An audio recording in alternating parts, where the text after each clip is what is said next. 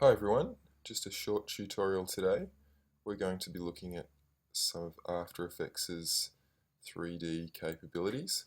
Let's have a look at what we'll be producing. Just a short 2-second clip. And we've got some typography in a 3D space. We've got some lighting effects. And we've got some extruded text animating dramatically into position. Let's look at how we might produce a piece of animation like this. Let's jump into After Effects and get started. I'm going to do this in 2 stages. Firstly, I'm going to build the 3D space with the and include the animation of the typography, and then we'll look at the extrusion of the text. So, moving over to After Effects, we'll want to get a new composition started. And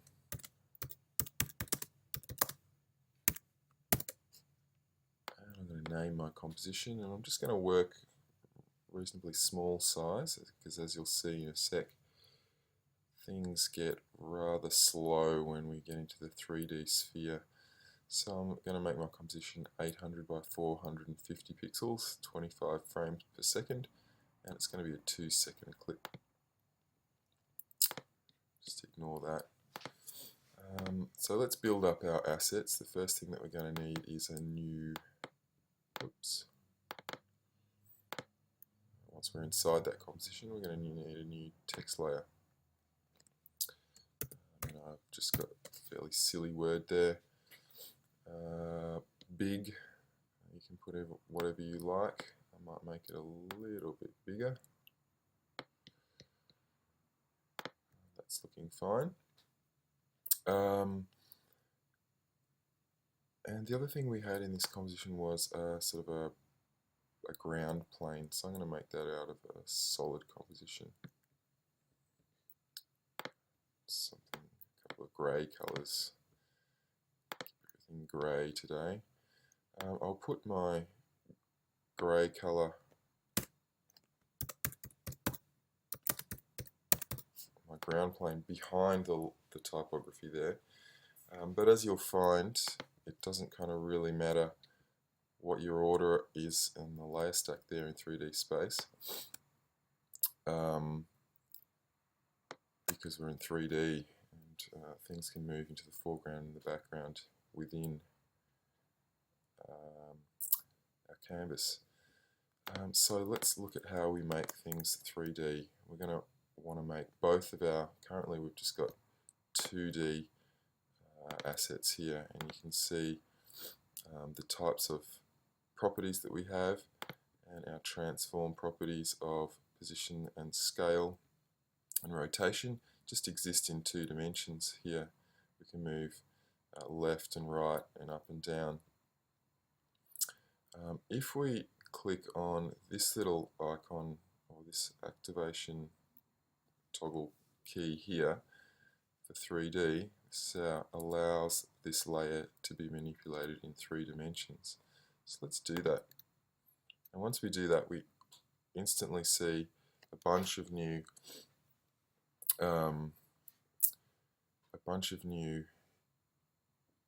properties available to us. So we've got our properties for X and Y, and now we've got a property for Z space. So our position of our object can be moved forward and backwards along the picture plane. Let's make our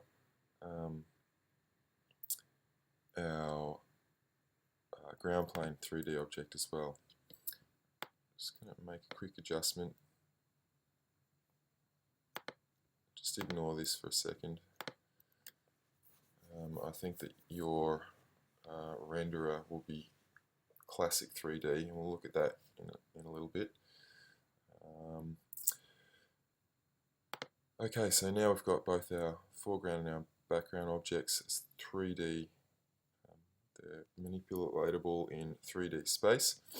And if I just pull up my position here, you'll see now that if I move forward, my text gets bigger. If I move my text forward, it gets bigger.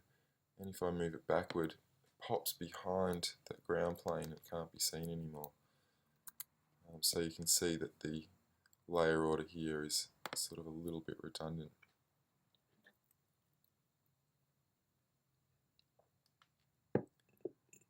So let's make things look a little bit more 3D. We'll start by adjusting the ground plane, and we can do that with the rotation. You see now that we've got an extra rotation property. We can move rotation on the Z, Y, and X rotation, and we want it for our ground plane to move our, or to rotate our X rotation property to 90% to get a nice ground plane. And now you can see that our ground plane is on a 90-degree angle. We can barely even see it there. All we can see is the sort of toggle points. You will notice that we have some new toggle points here, and these are our 3D kind of manipulation tools, where we can grab onto each of these. There's 3 of them: a yellow, a red, and a blue kind of anchor point. And if we grab those with our pointer tool, we can move our object around based on those particular properties. You'll see that a little bit more coming up.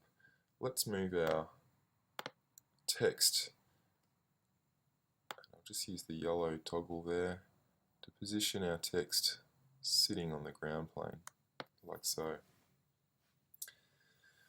So once we do get into 3D space, it's a lot kind of harder to see what's going on, and we need some mechanisms to be able to view what's sort of in front and behind and top and bottom. We can do that by using these little views here.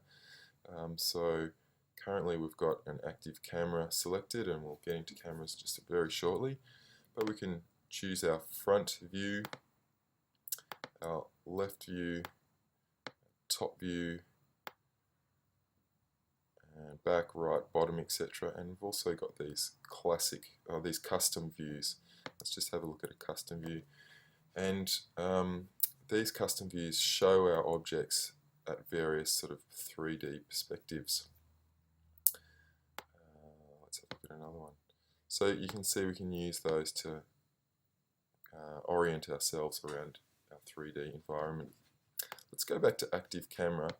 The active camera is what will be rendered. That's the view that's actually going to be rendered when we've finished our project.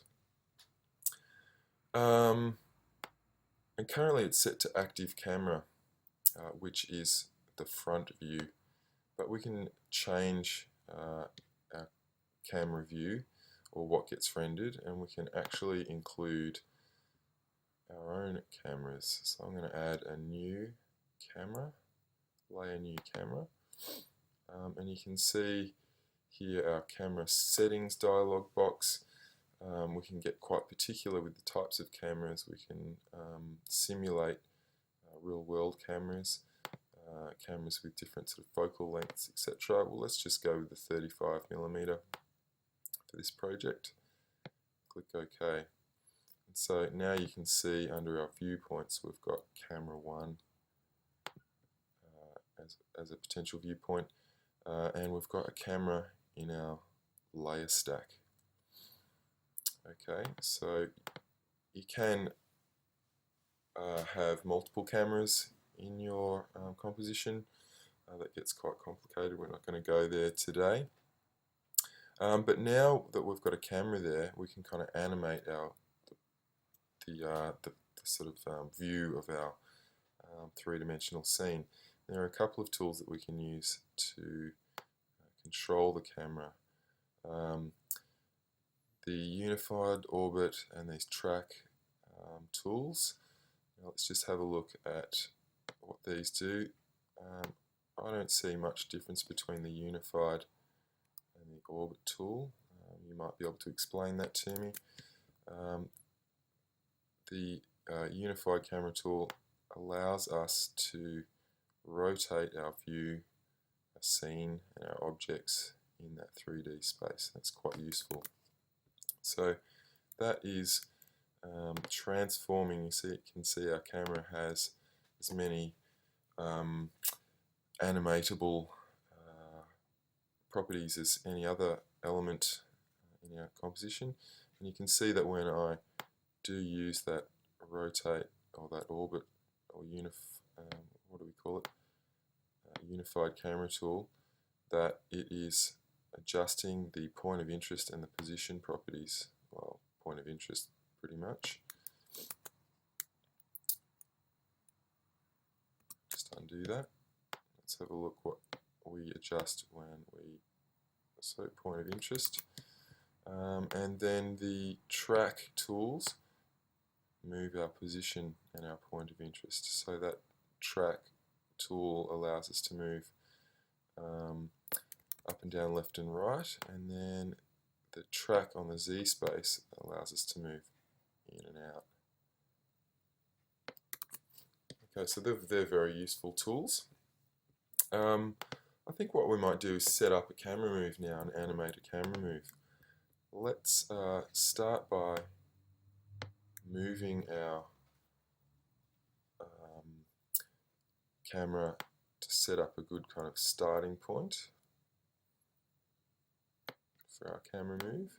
And I'm going to use a couple of different types of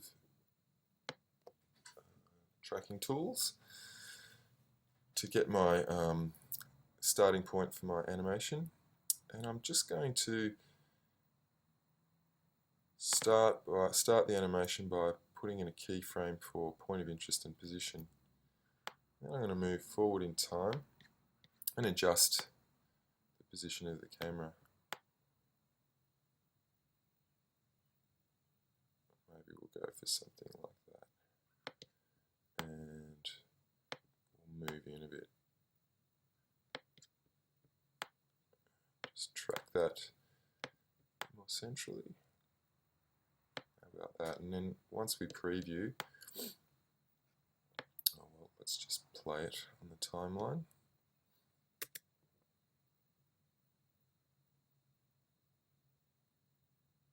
Yeah, that looks pretty good. I'm pretty happy with that. Definitely building up a sense of the three-dimensional.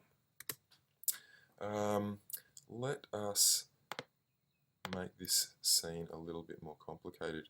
Firstly, I want to make the ground plane a little bit larger, so I'm going to hit scale. Just pull that up a little bit. I'm going to position it a bit further back in Z space. Yeah, maybe something like that. That'll do.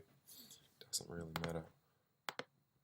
More importantly, I'm going to add a new object to our stage, and that's going to be a light.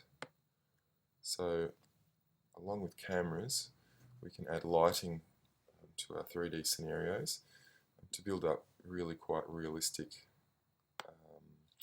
settings.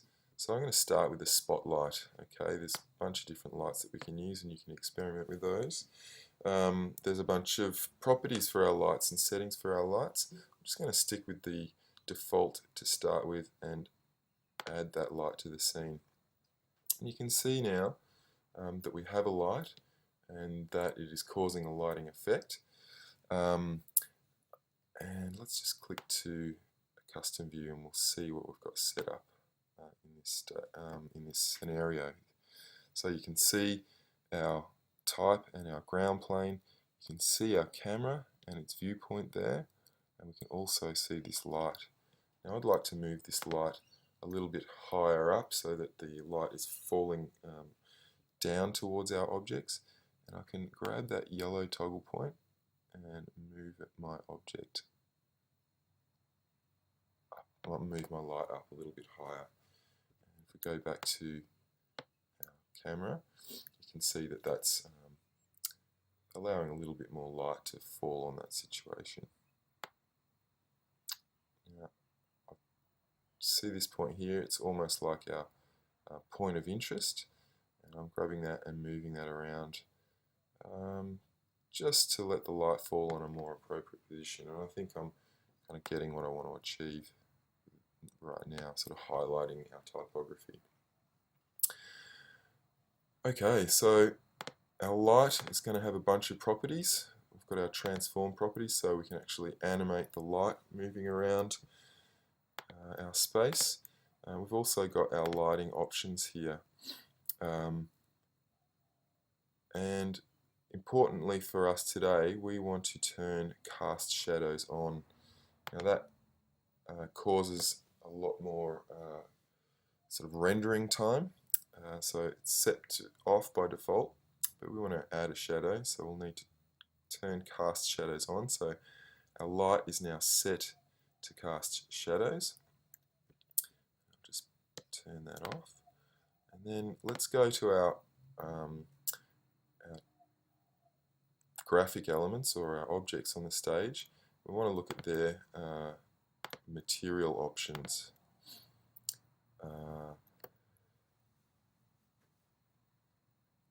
Because by default their cast shadow setting will be set to off.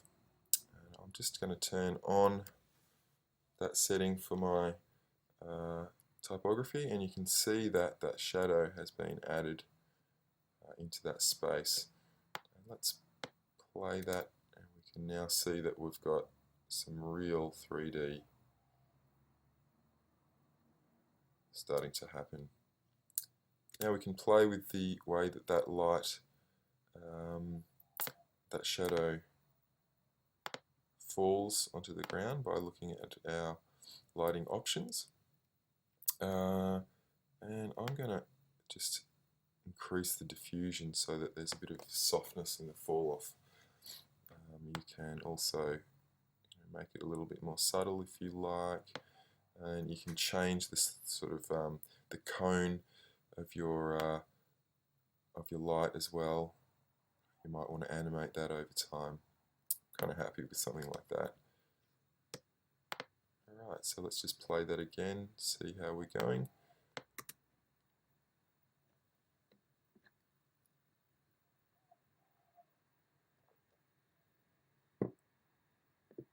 Okay, I reckon that's looking pretty good.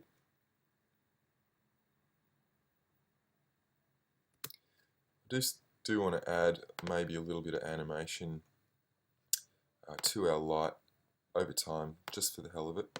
So what I'm going to do is start by having a relatively low intensity to our light, and then over time, as we get up to resolve our picture, and increase it. So let's just quickly play that. It's going to take a bit of time to render that into RAM.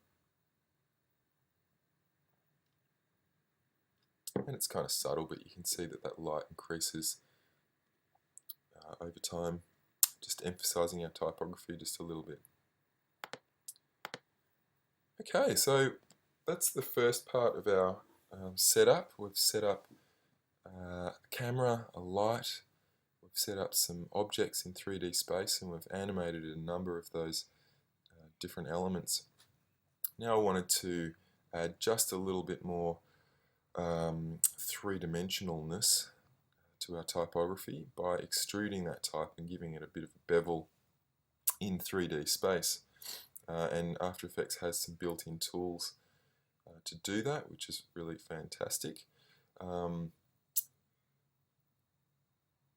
So let me show you how we can access those tools.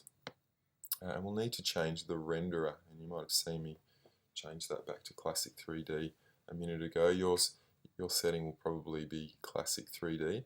So let's change that. You can click that little button there and bring up our composition settings, this is our advanced composition settings, and I'm sure you could probably get that over here under advanced. So we're going to change our renderer to Ray Trace 3D, and that's just more of a complex three-dimensional space. It's definitely heavier, more RAM intensive, and you might feel your computer just kind of slow down a little bit when you did make that alteration. I'm going to click OK. But what you will see is under all of your properties here, a bunch of other things start to appear. Oh, well, yeah, they will automatically appear. And that's our geometry options. And we already had material options. It's our geometry options. If we twirl that down, we can see that we can bevel objects and extrude objects in space. Let's do that now. I'm just going to pull out a bit of extrusion on our typography.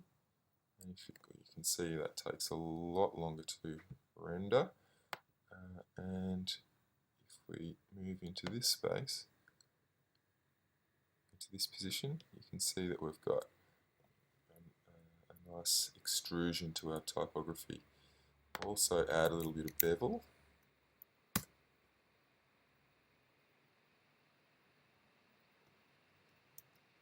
Not kind of seeing that at the moment. Oh, we've got to put a bevel style on, and then it's going to be angular. There we go. Drop that right down. Okay, that looks a lot better.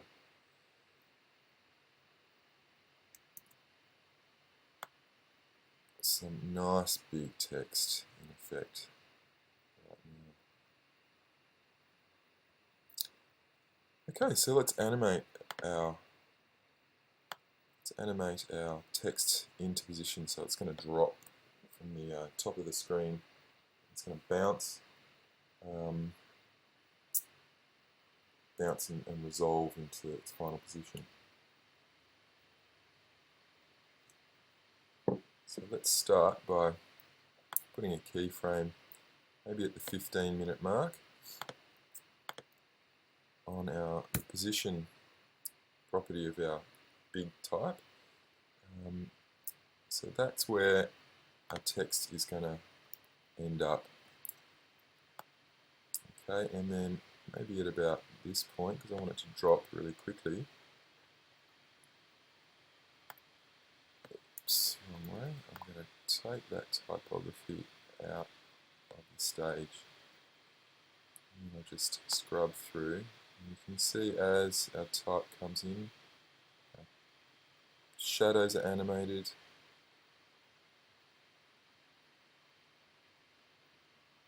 And our camera is animating, and our light is animating also. I want a little bit of a bounce there. Okay, so at about 2 frames before that final position, I'm going to pop our text just through the floor a little bit.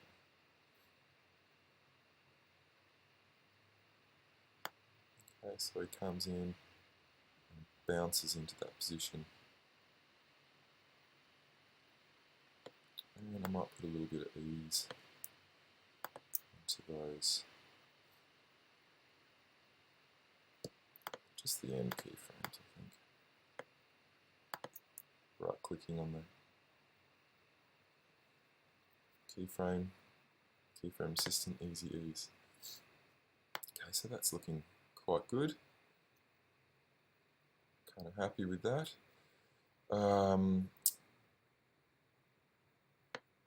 One thing that we can do to make our animations a little bit more sort of lifelike, including ease, on top of ease, is by adding some motion blur.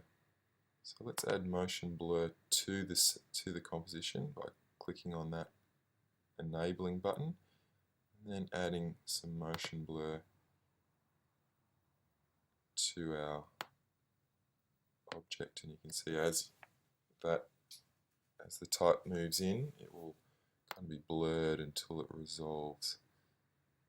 And that's kind of effective way of making sort of realistic motion, semi-realistic motion.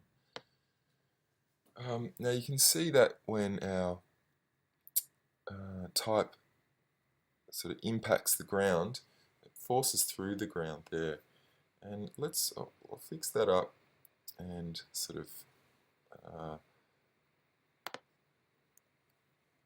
make that a bit more realistic by altering our ground plane a little bit, by bending our ground plane in 3D space, and you can do that with the ray trace 3D renderer turned on. So let's have a look at our geometry options.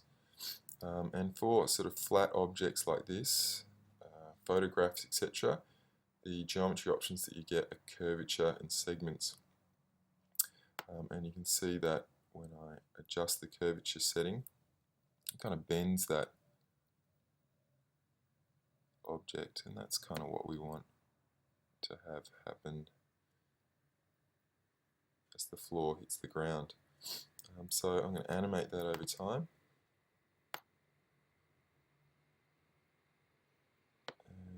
Just a really quick little animation there.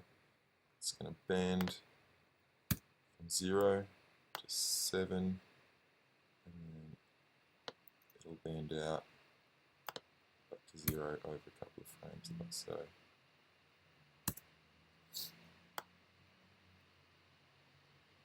Okay, so let's play that.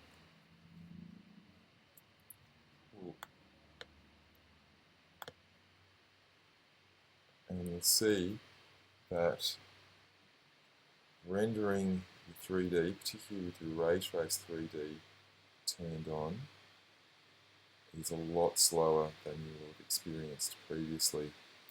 And if you are going to bring 3D, particularly ray trace 3D, into your projects, you've got to really make sure that you incorporate rendering time into your workflow.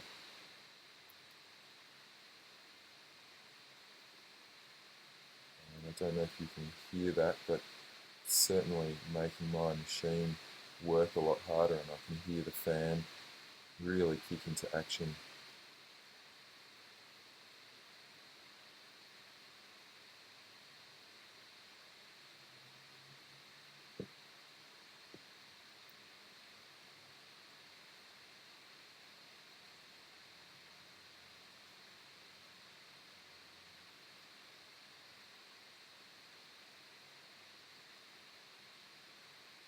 I'll see if I can get some playback happening there.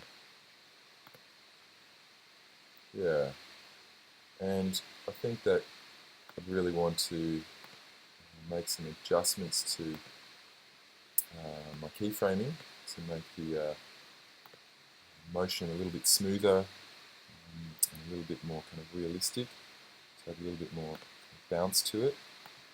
But you can see where we're heading in this three-dimensional space. Alright, I'll leave it there, and I'll see you next time for another After Effects tutorial. See you soon.